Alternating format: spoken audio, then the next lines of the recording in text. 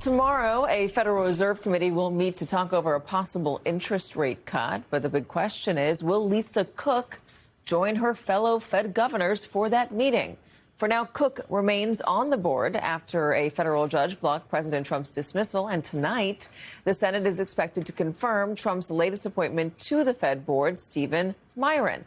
If the vote goes as expected, Miron will join the board in time for this week's meeting. He will not be replacing Cook, though, in case you got that idea.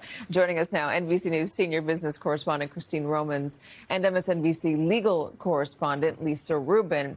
I asked Christine this last week. Will Lisa Cook be voting for or against a Fed rate cut or to keep it steady? And your answer was yes, it appears she will be, but... As of 2:39 today, she will be, because she remains a member of the Fed Board of Governors unless and until the D.C. Circuit stays a lower court's order. If they do that, that in effect means that a lower court's decision to reinstate Lisa Cook to her position would no longer be effective, that President Trump could again fire her, and Lisa Cook would have to fight on appeal for reinstatement. What would the grounds be for them to stay that decision? Well, a stay is usually based on a variety of factors, one of which is who is more harmed by this decision.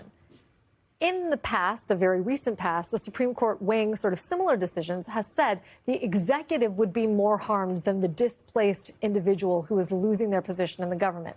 That's not a position that I expect the D.C. Circuit to take here, particularly where the statute is so clear. The statute authorizing the Fed says that a Fed member can only be fired for cause.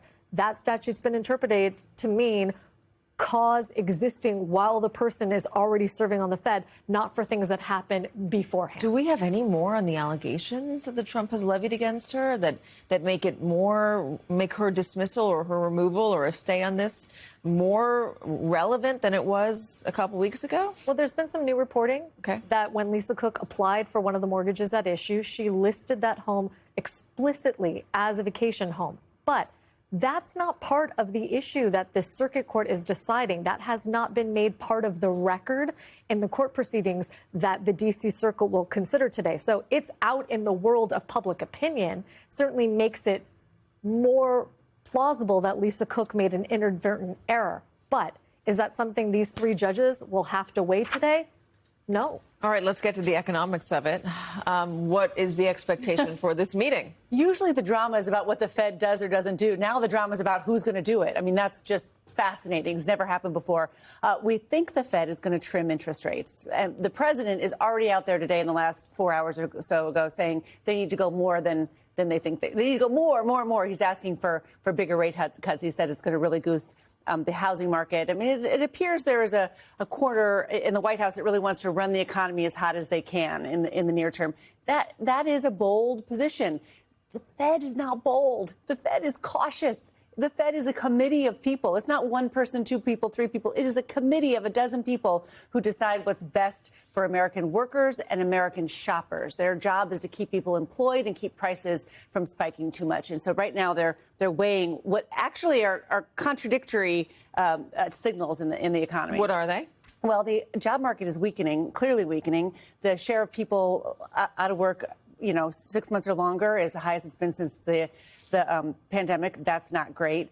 But inflation is still too high. So usually you cut rates to help a job market. But if you cut rates to help the job market, you could cause inflation to go up a little bit more. And they have to be worried about inflation, too. Say Stephen Miron is able to vote. He gets confirmed and through the process quickly enough. And say the lower court does stay, or the higher court does stay the lower court's ruling on Lisa Cook. If it's Miron, yes, and no Cook, is that going to affect the outcome? I mean, there's how many people? 9 people on this board? Yeah, there's a dozen. So no, a dozen. I'm always getting it wrong. I say a dozen and it's 9. It's 9. It's a dozen. It's a dozen. Well, she is one of 7 Fed governors, right? I mean, look.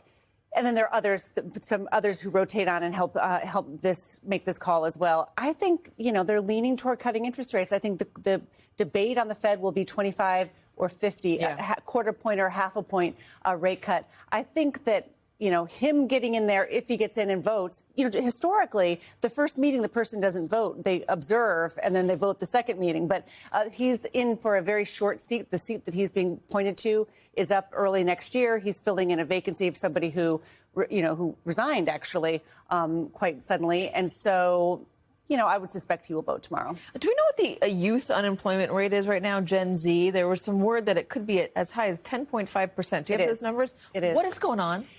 This is the no hire, no fire economy. So think about it. If you are a company and you're like, I'm not quite sure what's going on, you hire your entry-level people last, right? So you're not firing a lot of people, but you're not hiring entry-level, and those people tend to be the entry-level. That is a really big deal. It is. You're getting out of college and you have nowhere to go, and you are saddled with quite a bit of debt. Yeah. Yes, absolutely. And I've also noticed that in that long-term unemployment, those people who are out of work 6 months or longer, there's a slightly bigger than normal share of people with college degrees who are in that long-term unemployment. And again, that's the no hire, no fire job market, where companies are just like, they don't want to lay anybody off because the economy is still pretty good, but they aren't hiring if they don't need to because they don't want to get out over their skis if the economy were to turn quickly. All right, Christine Romans, Lisa Rubin, not Lisa Cook, Lisa Rubin, thank you very much for joining us, ladies. Appreciate it.